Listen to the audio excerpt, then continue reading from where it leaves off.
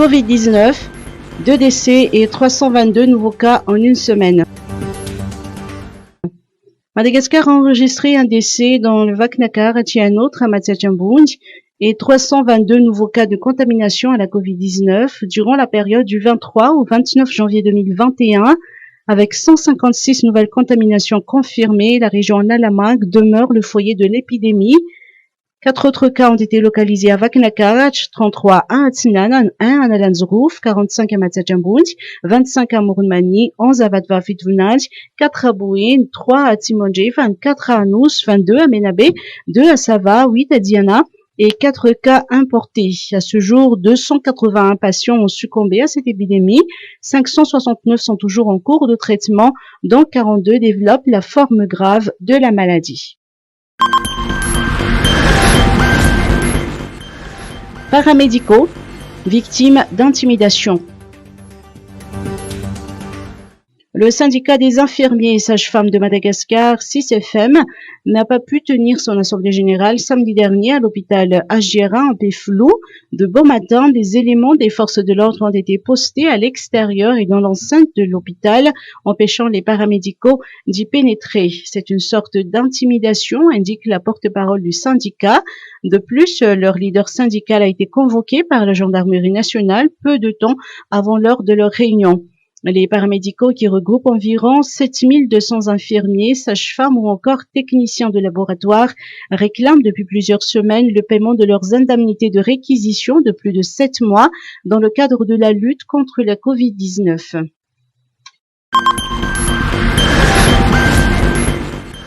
Santé publique, un CSB2 dans la commune rurale de Mernariv-Itas. Quelques 15 000 habitants de 7 Fouctins de la commune rurale de Mernariv 2, région Itas, sur la RNA, auront accès à des soins médicaux de qualité dans le nouveau centre de santé de base de niveau 2 qui vient de s'ouvrir dans le Fouctin d'un Passamanatung. Fruit d'un partenariat public-privé, l'infrastructure est composée de 11 salles meublées et équipées d'accessoires et de fournitures médicaux essentielles, ainsi que de lavoirs et de latrines accessibles aux personnes à mobilité réduite. L'ONG Madagascar Development Fund, MDF et la famille Satin d'Angleterre ont financé ce projet d'une valeur de 130 millions d'ariages.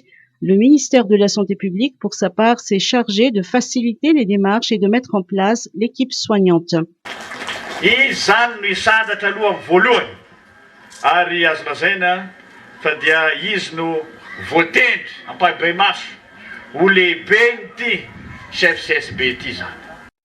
L'accès à ce CSB2 aux normes devrait réduire le taux de mortalité dans la commune de Mernariv 2.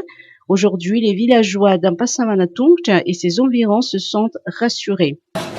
Est un pays actuellement dirigé par le président André Radziwiłł qui a beaucoup d'esprit innovant. Et dans cet esprit innovant, il a établi une vision dont au niveau du ministère de la Santé, c'est le VELRAM 5, Santé pour tous et à tout âge.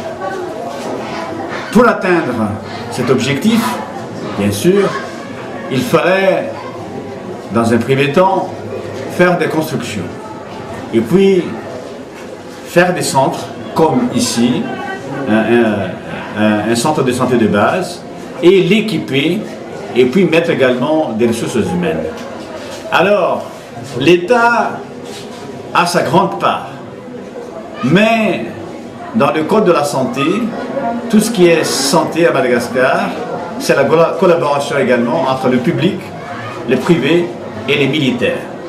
Et aujourd'hui, nous sommes dans l'accomplissement de ce code de la santé, dans l'application même de ce code, c'est-à-dire favoriser aussi les 3 P.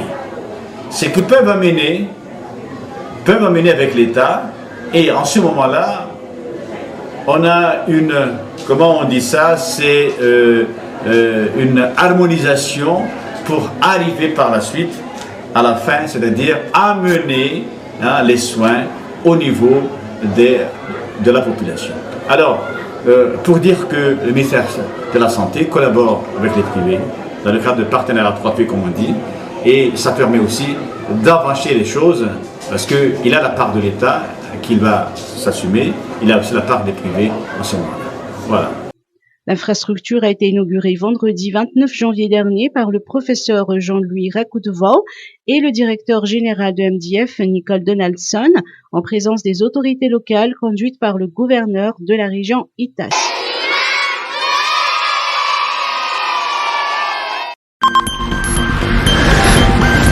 Ministère de la Défense nationale, célébration de la journée des sous-officiers. Ce 1er février était la journée des sous-officiers. Les 122 sous-officiers de carrière au ministère de la Défense nationale n'ont pas manqué de célébrer cette date. Au programme des activités, la cérémonie de levée de drapeau suivie d'un culte œcuménique. Une course a également eu lieu, sans oublier la traditionnelle remise de loi au secrétaire général du ministère de la Défense nationale, l'amiral Antoine de Padour-Anafsiyén. Le sous-officier constitue l'épine dorsale des forces armées. Il traduit les ordres sur le terrain. Il est le lien entre les dirigeants et les exécutants. Dans son discours, l'amiral a rappelé que le métier de sous-officier exige professionnalisme et dignité. Et surtout, les sous-officiers ne doivent pas se laisser manipuler par la politique. Créée en février 1963, l'École nationale des sous-officiers d'Antsirabe forme les sous-officiers des forces armées malgaches.